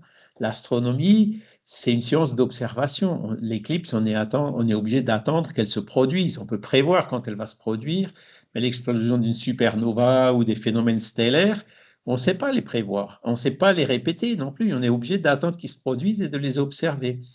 C'est différent que la personne qui dit voilà, j'ai fait telle expérience, j'ai mélangé tel produit chimique. Bon, n'importe qui peut le refaire à n'importe quel moment, quand il veut, il trouvera la même chose. C'est ça que les scientifiques ils aiment. Mais la réalité, c'est un peu plus compliqué que ça. Et c'est pas parce que ces expériences ne sont pas possibles d'être répétées en laboratoire aussi facilement qu'elles n'existent pas, qu'elles ne font pas partie de la réalité, et qu'elles n'influencent pas l'humain, par exemple. Hein, bien au contraire. Et c'est là où, même quand on essaye d'expliquer la philosophie spirit d'après les concepts philosophiques d'aujourd'hui, hein, on n'y arrive pas. Hein, parce que les concepts philosophiques d'aujourd'hui sont eux-mêmes déjà influencés par ce paradigme matérialiste. Donc, pour vraiment rentrer dans cette révolution scientifique, il va falloir réviser certains points fondamentaux, hein, autant d'un point de vue philosophique ou même de conception de qu'est-ce que c'est que vraiment la science. De toute façon, c'est ce que dit Kardec, hein, d'emblée. Oui. Est-ce que est-ce que les esprits existent ou pas? Si on les zappe, bah, il va falloir expliquer des phénomènes d'un point de vue purement mécanique, humain. Je me rappelle que pendant enfin, je me rappelle, c'est un fait historique. Pendant la guerre froide, les États-Unis et l'URSS ont dépensé des sommes délirantes, des milliards, des millions de dollars pour faire des expériences de parapsychologie pour essayer d'espionner l'ennemi. Ça, c'est factuel, quoi. Ça n'a rien Il donné. y a certains Rien documents donné. qui ont été publiés, il y a des livres qui ont été écrits sur le sujet, Ouais. et donc certains livres, alors ils ont pris des milliers de militaires hein, qu'ils Ouais. ont testés, et après ils ont sélectionné peut-être une dizaine qui montraient, semblaient avoir le plus de potentiel. Et parmi cette dizaine, il y en a un donc, à qui ils ont demandé de dire, voilà, nos photos satellites montrent qu'à tel endroit en Russie, il y a quelque chose qui se passe. Est-ce que vous pouvez aller là-bas en dédoublement pour nous décrire ce qui se passe? Et le gars, il avait décrit, donc c'était un site qui était à, je sais pas, 3-4 km de la mer. Ils sont en train de faire des énormes cylindres comme si c'était des corps d'un sous-marin géant, etc. Alors, les gens ils ont dit, c'est absolument impossible, c'est impossible de transporter un sous-marin de cette taille-là à 3 km pour le mettre dans la mer. Hein. Et le gars, il avait vu qu'ils avaient creusé un tunnel et donc qu'il l'avait emmené dans l'eau par ce tunnel jusqu'à la mer. Et donc, ils n'y croyaient pas. Et c'est que par après qu'ils ont eu la confirmation qu'en fait, tout ce que le gars il avait vu, c'était vrai. Alors, ça, évidemment, c'était waouh, punaise, super et tout. Mais le problème, c'est que ben, ça ne marche pas tout le temps. Des fois, ça ne marche pas.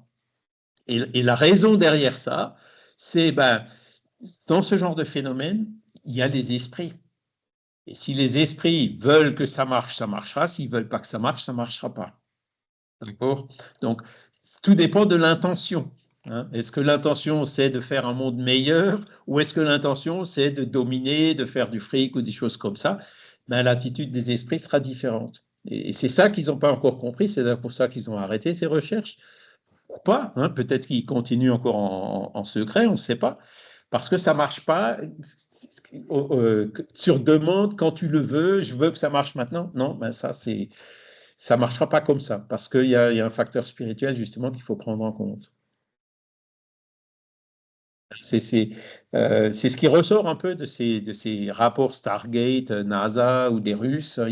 C'est dans les années 70-80 Oui, oui, où oui, c'est le les livres projet. sont peut-être un peu plus récents, hein, mais qu'il y a eu ces études. Mais c'est intéressant parce que d'un point de vue PSI, il y a des choses voilà, comment le gars, il a pu, dans son alors, ils l'ont peut-être mis dans un Ganzfeld. Enfin, voilà, il faisait tout pour que le gars il soit dans une position favorable à son dédoublement, tu vois. Hein, ça fait partie des protocoles Ganzfeld pour la télépathie, par exemple. Hein. Oui, Et il a effectivement réussi à y aller, mais c'était pas son corps physique, il y a bien son âme qui allait là-bas, tu vois. c'est effectivement c'était le projet Stargate. Et il y a d'ailleurs un, comment dire, un YouTuber, comme on dit maintenant, que j'aime beaucoup, son site, c'est Y Penser, et il a fait deux dossiers sur justement la période Stargate.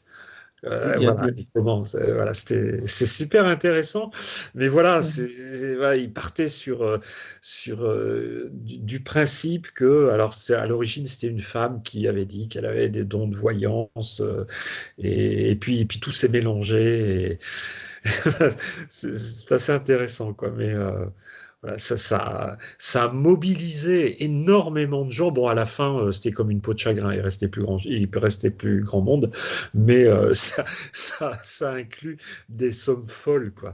Là, ils ont vraiment investi des millions de dollars là-dedans. Euh, Aujourd'hui, la parapsychologie, bon, en France, vous avez l'Institut métapsychique international, hein, donc je suis en train de suivre leurs cours de parapsychologie, là. Ils ont sorti le grand manuel de parapsychologie que je suis en train de lire aussi, je n'ai pas fini. Je redécouvre un peu ce monde-là, mais ce que j'apprécie beaucoup, c'est que il y a cette ouverture par rapport au phénomène, quoi. C'est-à-dire, pour eux, il n'y a pas de tabou. Hein. Une table bouge, quelqu'un dit qu'il a vu un... Alors, ils sont même ouverts à des trucs auxquels nous, Spirit, on a plus de mal, hein, du genre l'astrologie, du genre les ovnis. Hein. Nous, Spirit, on a par rapport à ces choses-là. Mais eux, non, ils sont vraiment ouverts à tout. Et par contre, alors, c'est là où ça dépend, hein, parce que j'étais chez eux, hein, j'ai fait fin avril là, la conférence sur Camille Flammarion. Si vous voulez la regarder, ils nous ont autorisé, ils m'ont envoyé l'enregistrement, je l'ai mis sur les chaînes YouTube de Regard Spirit et Alan Kardec. Hein, donc la conférence sur Flammarion, c'était le 25 octobre, juste avant de venir ici au Portugal, à Limy, à Paris. Ouvertement dans leurs livres, ils écrivent même on ne peut pas dire de moi que j'affirme qu'il existe des esprits. Hein, clairement, hein, ils restent très réservés par rapport à ça. Mais après, quand le soir, on va avec eux au resto, qu'on discute un peu plus, on se rend compte que il y a plus de la moitié qui sont convaincus de ça. Mais ils restent, ils restent dans la réserve, quoi. Hein, parce que bon, c'est un peu comme Flammarion. Bon, Flammarion était un peu moins réservé. Lui, il avait des doutes par rapport à sa propre médiumnité à lui. Il avait des doutes par rapport à l'identité des esprits qui se communiquent. Hein, mais il n'avait aucun doute par rapport à l'existence de Dieu, l'existence de l'esprit et l'authenticité des phénomènes psy. D'accord? C'était juste un doute sur un petit point voilà, sur l'identité des esprits, que Kardec reconnaissait d'ailleurs que c'est un point extrêmement difficile du spiritisme. Là, vous voyez le cours, aujourd'hui, c'était comment ça a commencé. En fait, on est même allé plus loin, on a dit comment ça a continué. Quoi. Hein, comment est-ce que, parce qu'à l'époque de Kardec, je le rappelle, hein, il n'y avait pas la mécanique quantique, il n'y avait pas la Einstein encore, hein, non plus. Donc la physique, elle en était vraiment, il n'y avait même pas la place, hein, il n'y avait même pas l'électromagnétisme. Maxwell, pardon. Maxwell, On n'en ouais. était même pas là. Hein. Donc, c'était assez extraordinaire parce que toutes ces découvertes qui sont venues par après, il n'y en a aucune qui est venue contredire ou démontrer que les bases que les esprits avaient données à Kardec étaient fausses. Et ça, c'est quelque chose qui est remarquable, quoi. Ça montre que voilà, si Kardec il a sorti tout ça de son cerveau sans l'aide des esprits, voilà, ça aurait vraiment été un génie absolu, quoi. Non, non, bon, c'était des esprits qui étaient là, qui lui donnaient, il le reconnaissait lui-même. Voilà. C'est intéressant tous ces sujets-là, c'est vrai. Mais bon, après, ce qu'il faudrait voir, c'est comment est-ce que les esprits font pour agir, pour soulever une table. Le phénomène est réel, comment ils font? Hein? Kardec, il a posé la question aux esprits, il a dit, mais les esprits disent, ils exercent une force qui compense la force de la pesanteur. Ah oui, ouais, si tu veux soulever une table, il faut exercer une force par un treuil ou une grue ou les mains qui compense le poids de la table. Hein. Donc en gros, c'est ce qu'ils font. Mais après, comment ils le font? Hein? Et c'est là où on entre justement dans ces interactions entre le monde spirituel et le monde matériel. Et c'est là où la physique, elle devrait avancer un peu, c'est là où la science devrait avancer un peu, euh, même ou la médecine. Hein, qu'est-ce qui fait que je vis? Hein? Hein, je dis souvent, là, vous voyez, j'ai soulevé ma main. Qu'est-ce qui s'est passé quand j'ai soulevé ma main? C'est mon esprit, donc, hein, qui n'est pas matériel, qui a quelque part agi sur les centres moteurs de mon cerveau pour soulever ma main. D'accord? Donc cette interaction entre le spirituel et le matériel, on l'a constamment sous les yeux dans le phénomène de la vie. Il suffit de se regarder dans un écran ou dans une glace. Hein. Et comment ça se produit? C'est là où c'est un peu plus difficile.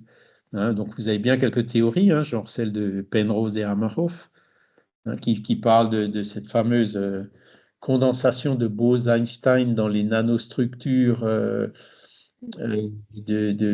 qui existent dans les microtubules des neurones. Hein. Bon, c'est une hypothèse, mais il faudra vraiment explorer ça pour essayer de mieux comprendre comment se fait cette interaction entre l'esprit, ou le semi-matériel, et le matériel. Et là, il y a vraiment une clé, quoi, quelque chose qu'on n'a pas encore vraiment compris. Encore faut-il ouvrir son esprit et sa réflexion à ces idées-là. Alors après, Didier, il y a une question que je voulais vous poser.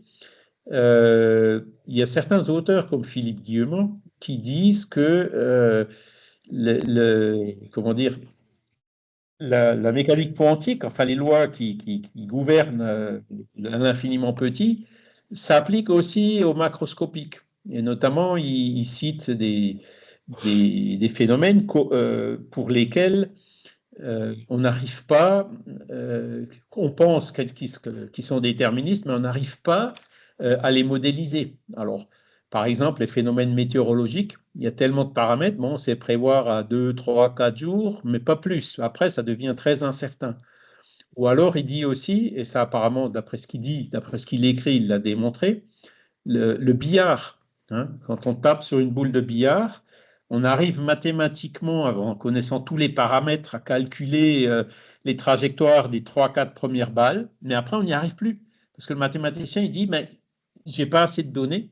Ou alors, il dit, la précision qu'il me faudrait pour la donnée, elle est plus petite que les constantes de Schrödinger ou de Planck ou je ne sais quoi. Donc, là il dit, bah, on voit bien que cette mécanique quantique a aussi un effet sur le macroscopique. Alors, est-ce qu'il est un peu osé en disant ça, ou est-ce qu'il y a quand même un fond de réalité derrière, à votre avis? Alors, je ne l'ai pas lu, donc voilà. Mais ce dont vous parlez là maintenant, ce n'est pas vraiment la mécanique quantique, c'est ce qu'on appelle les phénomènes chaotiques. C'est ça, ouais. Voilà. Donc, et ça, c'est classique. Je veux dire, on n'a pas besoin d'avoir de la mécanique quantique pour ça. D'ailleurs, en mécanique quantique, on ne peut pas avoir de chaos au sens traditionnel parce que c'est une théorie linéaire et le chaos n'arrive que quand on a du non linéaire. C'était sujet de ma thèse, en fait. Donc, ça je me sens vraiment à l'aise pour en parler. Je suis bien tombé, là. Voilà. Donc, en fait, ce qui se passe, c'est qu'on a des modèles mathématiques qui représentent très bien la réalité, comme effectivement le billard ou la météo, où en fait, toute erreur, on va dire, toute erreur sur les conditions initiales vont conduire sur une erreur dans l'évolution du système qui est exponentielle. Et donc, à un moment donné, même si on a une très bonne... allez, si on connaît le départ à quelques pour 1000 ou même pour 1 million près, après un certain temps, boum, ça explose et on ne peut plus rien dire, on ne peut plus faire de prédictions sur le système. Mais ça n'a rien à voir avec la mécanique quantique. C'est vraiment c'est vraiment un aspect non linéaire qui fait que toute imprécision que l'on a au départ va grandir. Beaucoup de systèmes sont stables. C'est exactement l'inverse de la stabilité. Si par exemple je prends deux élastiques et que si je prends un élastique et que je le tends et puis que je fais une variation, il va se mettre à osciller, mais il va retourner à son état stable. C'est ça. Bon, voilà. Donc ça, c'est très prédictif. On sait bien que si on attend suffisamment longtemps, l'élastique, il va osciller de moins en moins fort, il sera presque en état stable. Mais dans le cadre de phénomènes, d'une dynamique dite chaotique, effectivement, à un moment donné, que l'on fasse n'importe quoi, on peut mesurer avec précision 100 fois plus grande, on arrivera à un moment donné à ce qu'on perd de toute façon l'information. L'information, on ne sait pas la calculer. Mais le système reste prédictif. Didier, est-ce que la dynamique chaotique est proportionnelle à la complexité des systèmes? Plus le système va être complexe, plus Alors, Je vais prendre un exemple. Alors, c'est peut-être je ne sais pas si c'est un bon exemple. Dans le domaine médical, on prescrit un médicament, on connaît à peu près l'effet de ce médicament. On prescrit un deuxième médicament associé, on sait quelle va être l'action de chaque médicament, plus les interactions entre les deux. À partir de 3 médicaments, ça devient quasiment imprévisible. C'est pas l'effet des médicaments en soi qui est imprévisible, ce sont les interactions entre les médicaments. Voilà, bien justement. Donc, dans cet ordre de...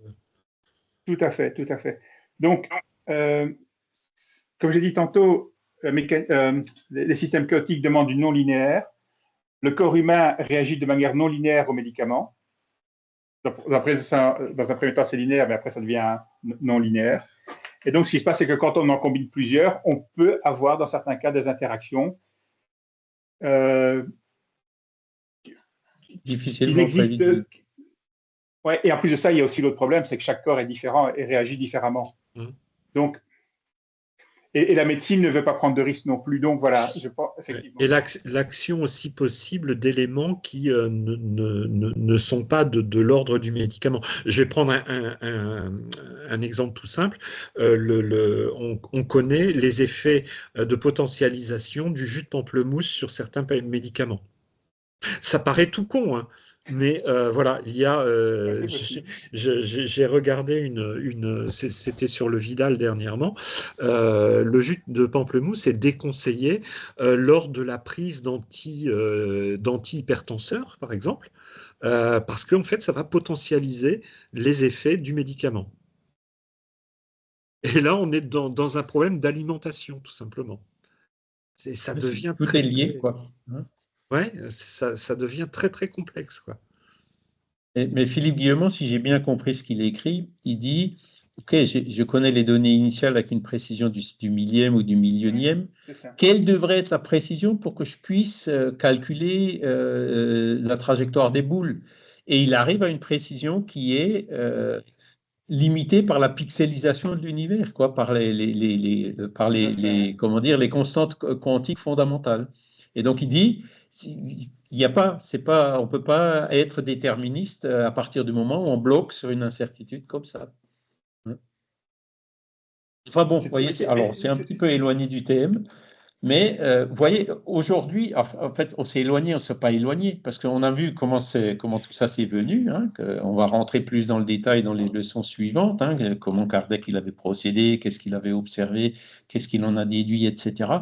Mais là, on voit que bon, la science a évolué et aujourd'hui, on a énormément de sujets de réflexion, justement par rapport à ces aspects de ces interactions quoi, entre ce monde spirituel ou super lumineux, comme l'appelait Régis Duteuil, et le monde matériel, physique, l'espace-temps tel qu'on le connaît, quoi. Et certaines de ces anomalies qui apparaissent, c'est toujours par des anomalies que se produisent les changements de paradigme, sont pour les spirites, je dirais, enfin pour moi en tout cas, assez rassurante parce qu'on voit que ces anomalies, en fait, on arrive à la limite mieux à les comprendre que ceux qui n'élargissent pas leur domaine de pensée dans ces notions spiritualistes, en disant qu'il n'existe pas que la matière, il y a bien autre chose que la matière. Voilà. Oui. Si on a encore un tout petit peu de temps, parce que là, donc aujourd'hui, on a parlé du passé, et puis comme vous avez dit, on est arrivé dans le présent. J'aurais juste posé une question, vraiment une question ouverte. Ça m'intéresserait, vu que vous êtes actif dans le mouvement spirit, ça m'intéresse d'entendre votre réponse. Et juste un micro-commentaire, donc par rapport à comment s'appelle Monsieur Dutheil, que vous avez cité, Régis Dutheil, voilà. Donc là, il parle des tachyons, c'est le nom de ces particules supraluminiques. C'est une possibilité théorique, donc la théorie ne l'interdit pas, la physique théorique ne l'interdit pas.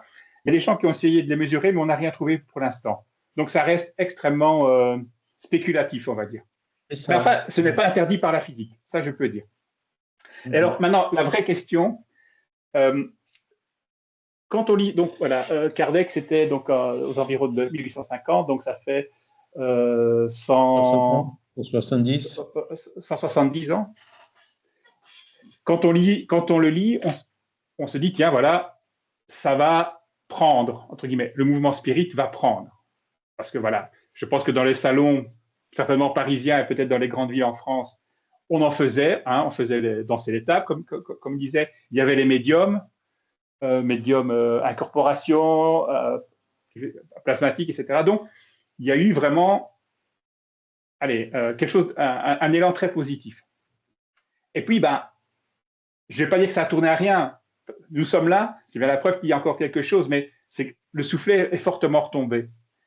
En même temps, on constate aujourd'hui pléthore de livres de gens qui témoignent de leurs expériences. Bien sûr, on a les expériences de mort imminente, on a les expériences de médiums classiques, donc les gens qui sont en contact avec nos disparus. On ne va pas dire qu'ils sont morts vu qu'ils sont toujours là, mais on a pléthore de livres là-dessus. On a les expériences de mort imminente, et très rarement ces livres mentionnent le spiritisme, alors qu'en fait, toutes ces expériences sont explicables par la doctrine du spiritisme. Donc, moi, je voudrais poser la question à vous qui êtes un spirit. Comment est-ce que vous expliquez le fait que le spiritisme ait été, pour l'essentiel, oublié en Europe? Je sais qu'au Brésil, il est beaucoup plus vivant que chez nous. Mais voilà. Parfois, je parle avec des gens, si je leur dis, moi j'adhère au spiritisme, ils connaissent même pas le mot, quoi. Ouais. Ou alors, quand ils le connaissent, ils ont tout de suite une vision fausse, quoi, de nécromancie, de tables qui tournent, etc. Voilà, c'est ça. C'est vrai que les tables tournantes, c'était un effet de mode à l'époque. Il y avait pas il y avait les théâtres, mais il n'y avait pas de cinéma encore, il n'y avait pas de télé, il n'y avait pas d'Internet. Donc les gens se réunissaient dans les salons. Il y a des descriptions assez intéressantes là-dessus, de Camille Flammarion d'ailleurs. Et dans les journaux de l'époque, on trouve plein de choses. Et comme tout fait effet de mode, on s'en lasse et puis on passe à autre chose. Mais à côté de ça, vous avez des personnes comme Kardec, comme beaucoup d'autres d'ailleurs, qui ont regardé de plus près. Et donc, c'est ce qui a fait que Kardec a écrit ses livres, où il a mis donc toutes les déductions qu'il avait de l'observation de ces phénomènes. Qu'il a écrit. Alors, il l'a écrit à une époque où, comme on vient de voir, il ne s'est pas fait brûler sur un bûcher ou autre. Napoléon III lui-même, d'ailleurs, protégeait Kardec, ça il faut le savoir, puisque Napoléon III avait organisé des séances avec le médium Daniel d'Inglasholm où il y a eu des lévitations, où il y a eu des matérialisations de mains. Daniel Douglas-Home est sorti par une fenêtre, est rentré par la fenêtre de la salle à côté, au deuxième étage, sans tomber. Enfin, il y a eu des trucs. Napoléon et Joséphine étaient complètement convaincus de l'authenticité des phénomènes, mais ils n'ont jamais avoué publiquement. Donc, ils ont protégé Kardec. S'il n'y avait pas eu ça, Kardec aurait eu un peu plus de mal à organiser une société, à se réunir, etc. Voilà, donc à l'époque, effectivement, il y a beaucoup de gens qui étaient convaincus. Mais ce qui s'est passé entre-temps, c'est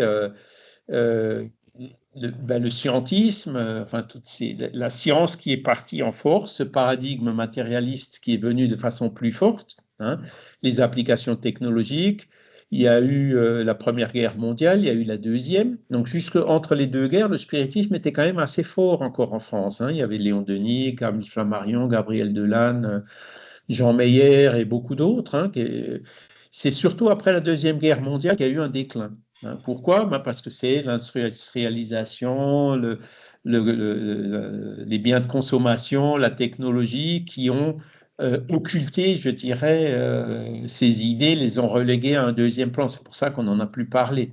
Et aussi à cause du rejet du paradigme matérialiste, hein, qui disait ouais, tout ça c'est des élucubrations, c'est pas vrai, etc.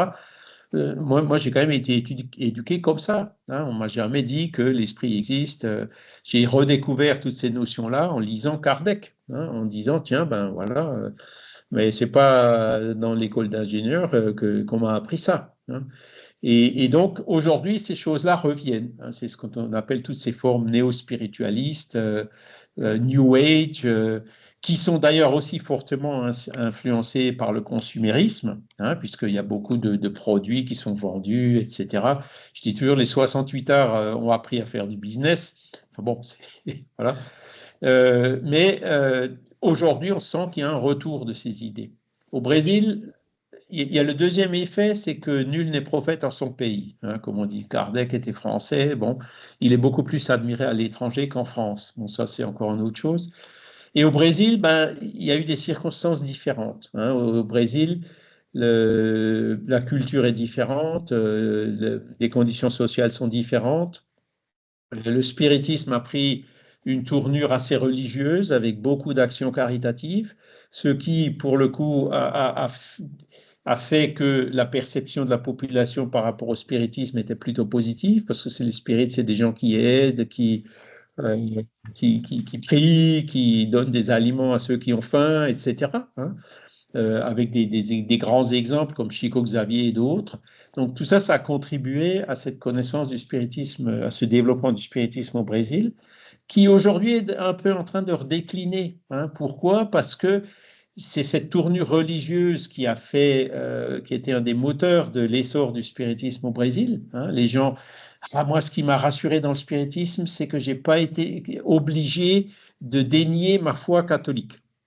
Vous voyez, c'est le spirit qui va au centre spirit en semaine et qui va à l'église le dimanche. Hein. Il y en a beaucoup comme ça au Brésil. Le spiritisme interdit à quiconque, enfin, n'interdit à personne de suivre le culte qu'il désire. Il laisse la totale liberté par rapport à cela. Hein.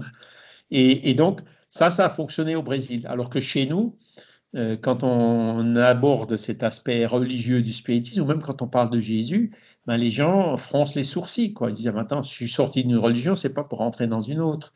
La perception de la religion est beaucoup plus négative en Europe, en France notamment, dans les pays anglo-saxons aussi, qu'elle ne peut l'être au Brésil. Et c'est pour ça que le spiritisme, il faut qu'il soit présenté d'une façon plus ouverte et plus laïque en France. Donc, il y a ces difficultés-là, la manière dont on présente, dont on explique ce qu'est le spiritisme. On a par exemple les Brésils, c'est le spiritisme est chrétien, mais chez nous, non, le spiritisme n'est pas chrétien, il est universel parce qu'on a des musulmans, on a des bouddhistes, on a des israélites. Si on se réduit au christianisme, on exclut 2 tiers de l'humanité. C'est pas possible. Le spiritisme il a une vocation à être universel. Donc il y a toutes ces questions-là, la manière dont le spiritisme est présenté, les spirites qui s'y sont mal pris et qui s'y prennent mal encore aujourd'hui, hein, qui fait que le spiritisme est mal compris. Et après, vous avez d'autres. Je ne sais pas si vous avez déjà lu un livre d'Alan Kardec. Bon, il y a quand même des sacrés biais de forme dedans. Hein. Vous avez des expressions qui, moi, m'énervent, du genre Dieu punit, Dieu châtie. Ça c'est faux. Quand on le prend à la lettre, c'est faux. Hein. Et pourtant, Kardec a écrit ça. Pourquoi? Parce que il venait de siècles de catholicisme imposé, l'unique autorisé, obligatoire. Lui, les médiums qui ont écrit les communications et les esprits qui ont donné les communications étaient vraiment fortement imprégnés de ces choses-là encore à l'époque. Quand vous lisez Léon Denis, des livres qui sont 50 ans plus jeunes, vous ne retrouvez plus ces biais-là. hein. Mais c'est là où il faut savoir considérer le contexte de l'époque, savoir que ce sont des biais de forme et aller chercher la philosophie qu'il y a derrière, qui, elle, est justement à ce caractère universel et intemporel. Et c'est là toute la difficulté. Pour que les gens comprennent bien le spiritisme, il faut qu'ils comprennent bien tous ces aspects-là, quoi. Et malheureusement, même parmi les spirites, il y en a beaucoup qui ne les comprennent pas, qui partent de façon trop enthousiaste et qui passent pour des dingues. Vous voyez? Non, le spirit, il faut qu'il ait les pieds sur terre, quoi. Et là, Kardec, il a donné de bons exemples, c'est vrai. Après, Et donc, Charles, voilà pourquoi ces choses-là, pourquoi le spiritisme ne s'est pas développé. Moi-même, je l'ai connu au Brésil, hein, je n'en avais jamais entendu parler quand j'étais en France, en 82. Donc, mais bon, c'est pas. Je cherche toujours, hein, quand j'ai lu Kardec la première fois, je me suis dit, c'est pas possible. Ça paraît tellement évident, tu es en train de te faire avoir. Alors, il est en train de te manipuler. Et là, ça fait maintenant 40 ans ou 45 ans, je cherche toujours encore des incohérences, j'en ai pas trouvé. Je trouve des biais de forme, mais des incohérences dans le fond, j'en ai pas trouvé. Donc, c'est ça, c'est l'analyse qu'il faut avoir, la démarche qu'il faut avoir, hein. Et c'est là où on se rend compte que c'est une philosophie qui est extrêmement profonde, extrêmement cohérente, et qui correspond avec tout ce qui a été observé par la suite, hein. Les EMI, on n'en parlait pas beaucoup à l'époque, même s'il y en avait déjà. Charles, après, il y a un élément enfin, c'est, pardon, c'est une analyse personnelle, quelque chose qui a fait énormément de mal au spiritisme, ça a été le charlatanisme. Aussi, Surtout ouais. après le traumatisme de la Première Guerre mondiale, où il y a eu pléthore de faux médiums qui ont cherché à exploiter la souffrance, la crédulité des gens. Euh, pour cela, d'ailleurs, de manière un peu anecdotique, il y a un excellent film qui est passé un petit peu inaperçu, que je conseille beaucoup, qui s'appelle La Maison des Ombres. Qui raconte l'histoire d'une femme qui, pour le coup, est une chasseuse de fausses médiums et qui va tomber sur un cas de hantise, entre guillemets, authentique. Le film est remarquable de justesse. Et elle montre bien, justement, cette exploitation éhontée de la crédulité de personnes qui sont en souffrance et qui veulent voilà, et donc on va mettre en avant les phénomènes physiques et en passant totalement à côté de la philosophie existentielle et tout ça. Et ça, je crois que ça a été, et même encore aujourd'hui, hein, on parle de spiritisme. Ah oui, oui, ben, les tables tournantes, et puis vous avez tous les zététiciens qui vous expliquent que non, c'est une histoire voilà, c'est de la supercherie, c'est du mentalisme, c'est de la prestidigitation, et on en est resté là. Et ce qui est amusant, c'est que Kardec va en parler déjà lui-même. Il va dénoncer le charlatanisme. On aura peut-être l'occasion d'en parler un petit peu plus tard, Oui. mais ça fait un mal terrible au spiritisme. Et le spirit, c'est le premier, ça doit être le premier à dénoncer ces abus, hein. C'est Ouais. pour ça que dans le milieu spirit, on tombe peut-être même dans l'autre extrême, hein. Et c'est une des différences entre le spiritisme français et des pays latino-américains, par exemple, et le spiritualisme moderne des pays anglo-saxons, c'est cette insistance pour le désintéressement complet et la gratuité totale de tout ce qui est médiumnique. Alors que les anglo-saxons, eux, ils disent oui, mais le médium, il consacre son temps, donc c'est normal qu'ils soient indemnisés pour son temps. Mais ça, les spirites français et anglo-saxons le refusent, justement pour éviter cet amalgame. Et d'ailleurs, Franck, c'est pas nouveau, hein, que les médiums exploitent les crédules, hein, et c'est d'ailleurs ce qui est à l'origine de la prohibition mosaïque, hein. Hum. Hein, parce que déjà à l'époque de Moïse, il y a 3500 ans, il y avait des petits malins qui profitaient de la crédulité des autres, hein, ou de la fragilité, ou du fait que les personnes soient en détresse, enfin bref. Et ça, c'est complètement immoral. Donc le spiritisme le rejette, hein. Voilà, on n'est pas on est les premiers à dénoncer ce genre de pratique. Kardec l'a fait, Denis l'a fait, Delane l'a fait, enfin tous, Chico l'a fait, les Brésiliens aussi sont très stricts par rapport à ça, et c'est peut-être même un peu exagéré, je dirais, hein. Mais voilà, effectivement, là, il y a eu des torts. Il y a aussi eu des torts, par exemple, quand les spirites se sont fait avoir par des fraudeurs, tu vois. hein, les photos de Bugey, par exemple. Ça a causé énormément de tort au mouvement spirit après Kardec. Donc le spirit, c'est, comme le dit Delane, avant d'admettre une explication spirit, il faut déjà avoir épuisé toutes les explications matérielles possibles, hein. Et ça, c'est l'attitude, là, encore une fois, la plus prudente. Malheureusement, il y en a qui sont un peu trop enthousiastes et qui vont trop vite et qui finissent par raconter n'importe quoi. Mais encore une fois, bon, il faut aller au fond des choses, hein. Regardons les livres de Kardec en faisant abstraction de ces biens de forme. Et là, il y a quand même une philosophie qui est extrêmement forte et extrêmement cohérente. Et malheureusement, toutes les études qui sont faites sur le spiritisme, il n'y en a pratiquement aucune qui va analyser le fond. Ils examinent le contexte, ils examinent plein d'aspects extérieurs autour, mais il n'y en a aucune, enfin, j'en connais pas, moi, qui analyse le fond. Dites-moi où Kardec qui fait une erreur dans ses raisonnements. Je n'ai pas encore vu, En hein, tout et cas, c'est là l'essentiel, quoi. ouais, ça m'a fait plaisir ce que disait Didier, effectivement, de retourner un petit peu aux fondamentaux, à ces pères fondateurs du spiritisme, où on a actuellement des gens qui parlent de spiritisme, qui n'ont jamais lu Allan Kardec, Léon Denis, Gabriel Delanne, connaissent pas, quoi. Est dépassé, ils disent. Bon, c'est comme si C'est on disait que dépassé. Mozart est dépassé. C'est pas parce que Mozart, il était là il y a 250 ans Ouais. qu'il est dépassé, quoi. Enfin, voilà. Il y a des bonnes choses partout, de tout temps, quoi. C'est pas un argument, ça, hein. Et il y en a qui essayent de réviser Kardec et qui a écrit, par exemple, le nouveau livre des esprits. Moi, je préfère l'ancien, hein, que le nouveau, parce que dans le nouveau, il y a vraiment n'importe quoi, hein.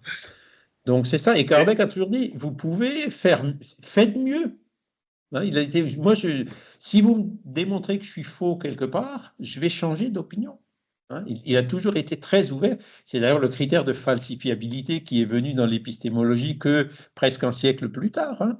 Et ça, il avait clairement anticipé déjà à l'époque. Voilà. Donc là, on voit que effectivement, bon, c'était il y a 170 ans. Maintenant, il est temps qu'on se penche sérieusement, qu'on écrive de nouveau des livres sérieux sur le spiritisme. Il y en a au Brésil, hein. Nous, on y travaille, on en a traduit quelques-uns en français, mais il faut en traduire beaucoup, beaucoup plus, quoi. Et pour que remotiver un peu le public français sur ce joyau culturel, ce personnage qui a des dizaines de millions d'admirateurs dans le monde et qui est encore royalement ignoré en France, hein. C'est vraiment dommage, hein. On a des joyaux et puis on les néglige. C'est vraiment comme ça que je le vois.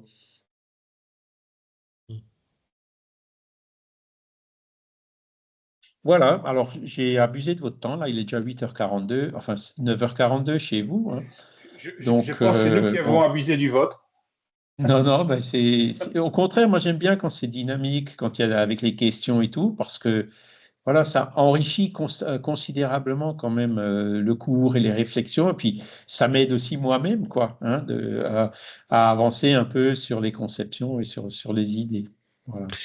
Charles, Alors, est-ce que tu penses oui. que toutes les personnes étaient au courant que ça recommençait aujourd'hui? Oui, oui. Alors, c'est toujours le 4 janvier, on a toujours un peu de, tu vois, le temps que effectivement les choses recommencent. Alors, il y a pas mal de personnes qui se sont inscrites. Donc, je me souviens de Noureddine, Didier, je ne suis pas 100% sûr, il me semble aussi. Oui, oui, Mais oui. il y en a d'autres aussi qui se sont inscrits et qui ne sont pas venus ce matin. Donc, il faut laisser un peu le temps pour que ça revienne. Je Voilà. peux. Et donc, la semaine prochaine, donc, on verra le spiritisme, qu'est-ce que c'est, hein. On verra que ça ne correspond pas trop à ce qui est écrit dans les dictionnaires aujourd'hui. Donc là, et même dans Wikipédia, hein. Donc, c'est là aussi où il y a encore des barrières à vaincre. Quels sont les points principaux de la philosophie spirit? C'est vraiment le résumé. Et ensuite, on verra dans le module numéro 4, on verra un peu plus dans le détail Icefield, les tables tournantes, Swedenborg, toutes ces choses-là. On verra aussi qui a été Allan Kardec, hein, Hippolyte Léon Denis Rivail. Et là, donc, la méthodologie et les critères qu'il a utilisés. Donc, on en a un peu, pardon, on en a un peu parlé, hein, notamment ce critère de falsifiabilité. Enfin, il y a plein au niveau méthodologique, il était vraiment en avance sur son temps. Et après, bon, pour terminer ce premier module, ce seront les livres de base. Quels sont les 5 livres qu'il a écrits et quel est à peu près leur contenu. Voilà. Et c'est après, donc, à partir du module 2, qu'on rentre dans la philosophie proprement dite, quoi. Dieu, les attributs de la divinité, l'existence de l'esprit, la réincarnation, etc. Ok. Charles, Donc, ce programme, vous l'avez reçu, hein. Ouais. Je peux faire 30 secondes de la pub pour la MSF, justement. Ah, il y a le bouquin, oui. Le livre qui reprend ce qui est à l'écran, parce que moi, je suis très, très bouquin. Par contre, ce que je conseille, c'est les 3 volumes de l'étude systématique. Ah, c'est les anciens, oui. Ouais, elle est super Alors, bien. les anciens, c'était trop long, ça prenait 3 ans. Non, je Donc, trouve on les pas. a comprimés en un. Mais c'est vrai que chaque leçon d'ici, on la retrouvera dans l'ancien sous forme de 2 ou 3 leçons, quoi. Donc, Ouais. c'est encore plus détaillé. Je les trouve quand même super complets et très, très bien, quoi. Voilà. C'est pour ça on n'a pas arrêté de les imprimer, quoi. Et puis Ils sont d'ailleurs, pas chers. Ils sont pas chers du tout, hein. ouais, Ça ben, qui est cool. on fait tout, pas à prix coûtant, mais presque, quoi. Ouais. Hein. Beaucoup moins cher que les livres qu'on peut trouver dans le commerce, puisqu'on ne cherche pas le lucre. Donc voilà. Si vous voulez les acheter, hein, c'est Jean-Pierre Pipineau ou assocardec.fr. Voilà.